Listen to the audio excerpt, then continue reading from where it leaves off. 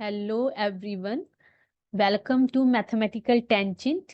अगर आपने अभी तक इस चैनल को सब्सक्राइब नहीं किया है then please do subscribe the channel, क्योंकि इसी चैनल के थ्रू मैं आपकी 9th और 10th की मैथ्स को कवर कर रही हूँ। चलिए बढ़ते हैं आगे। सबसे पहले तो आप सभी को जय श्री राम। आज बहुत ही बड़ा दिन है, क्योंकि आज ही के दिन जो है प्राण प्रतिष्ठा जो सेरेमनी है वो पूरी हुई है।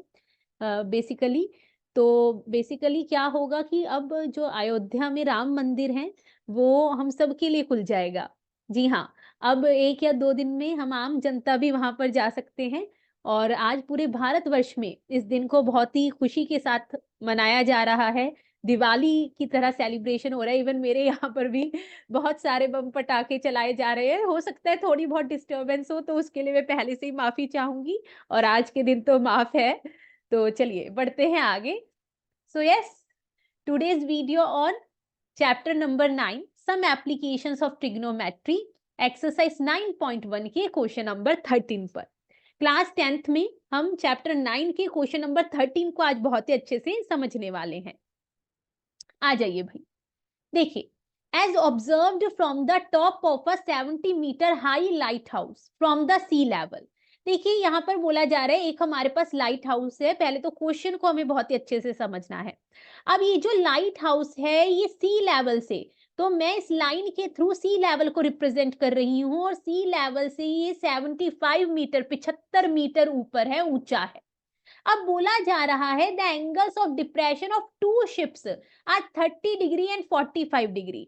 अब यहाँ पर कहीं पर दो शिप हैं, और उन दोनों शिप का एंगल ऑफ डिप्रेशन दिया गया है इस लाइट हाउस के टॉप से।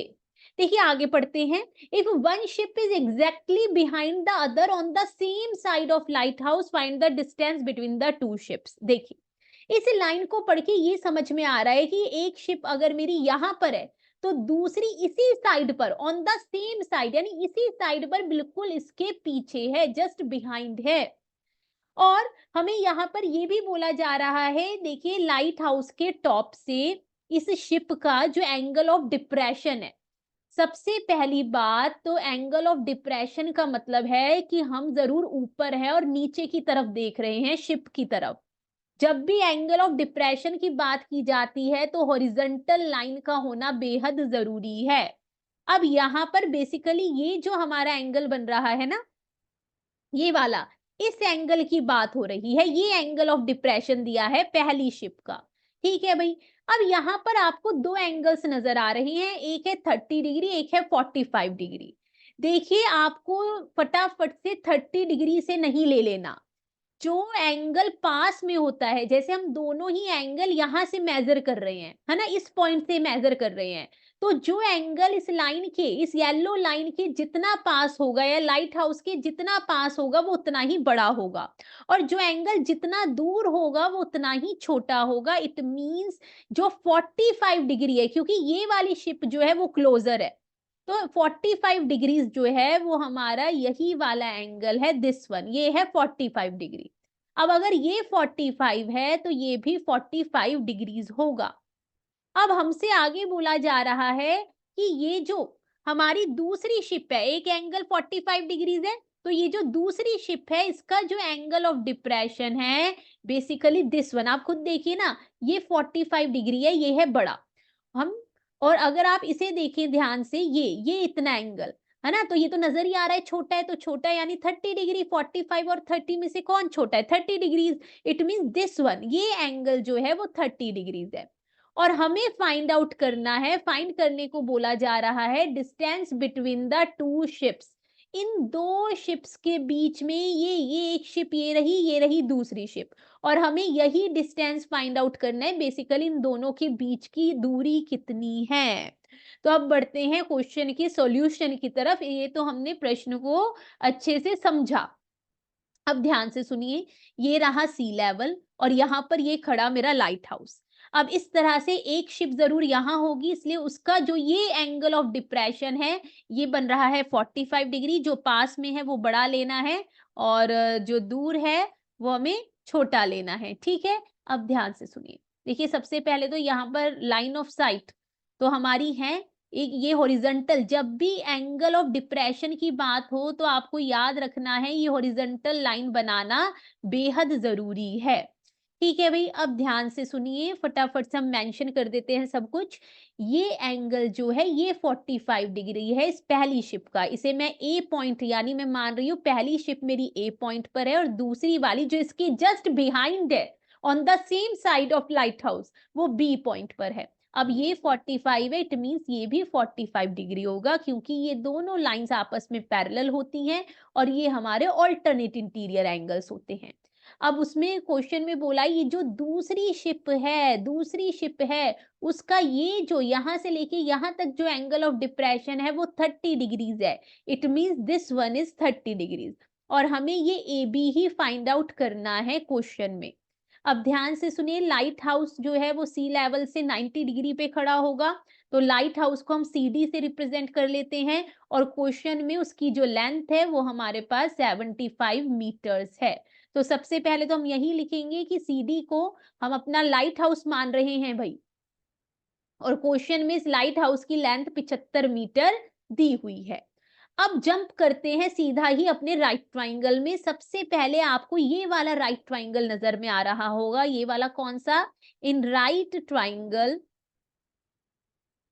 CDA। मुझे एक बात बताइए, अब इस राइट ट्राइंगल में ये रहा मेरा स्टैंडर्ड एंगल, तो इस एंगल के लिए ये सामने वाली CD परपेंडिकुलर है, साथ में जुड़ी AD बेस है और मुझे इस AD को फाइंड आउट करना है, क्योंकि मुझे ध्यान से देखिए इस बेस पर ये AB निकालनी है। तो अगर ये AD भी पता चल गई तो हमारी बहुत हेल्प हो जाएगी जब हम राइट ट्राइंगल CDB लेंगे।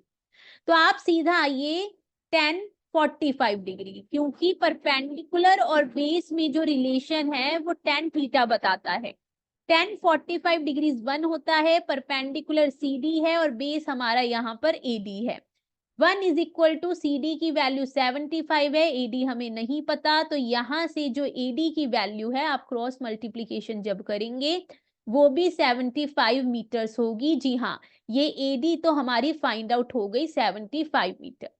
अब जरा आप आ जाइए ये बड़े वाले राइट ट्राइंगल में। इन राइट ट्राइंगल देखिए, एक तो ये छोटू राइट ट्राइंगल है, एक ये जो आपको बड़ा वाला राइट ट्राइंगल नजर में आ रहा होगा CDB।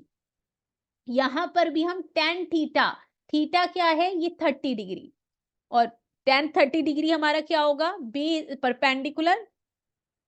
इस 30 के लिए सामने वाली साइड आपको देखनी है इस बड़े ट्राइंगल में, परपेंडिकुलर है CD। आप इस लाइन को अपने मन से हटा दीजिए, आपको बस फोकस करना है इस बड़े वाले राइट ट्राइंगल में जिसका नाम लिखा गया है। तो परपेंडिकुलर है CD, ठीक है भाई, अपॉन में, और बेस हमारा है ये पूरा पूरा का पूरा BD। अब tan 30 डिग्री की वैल्यू 1/√3 होती है, CD की वैल्यू 75 है और BD की वैल्यू है AB plus AD।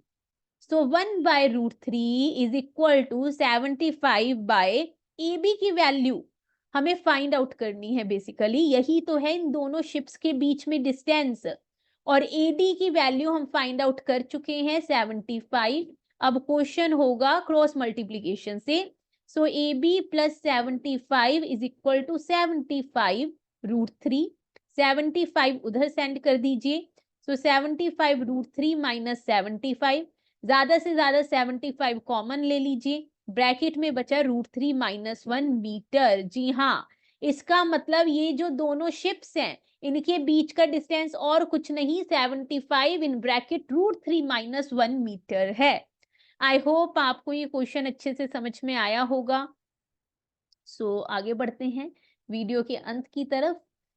Thank you so much. आप वीडियोस को अगर ध्यान से समझते हैं, सुनते हैं, and please like share and subscribe the channel. अगर आपको मेरा कंटेंट, मेरा पढ़ाया हुआ समझ में आ रहा है, पसंद आ रहा है, देन डू सपोर्ट। और मिलते हैं आप सबसे अगली वीडियो में। तब तक के लिए अपना ध्यान रखें और मेहनत करते रहिए।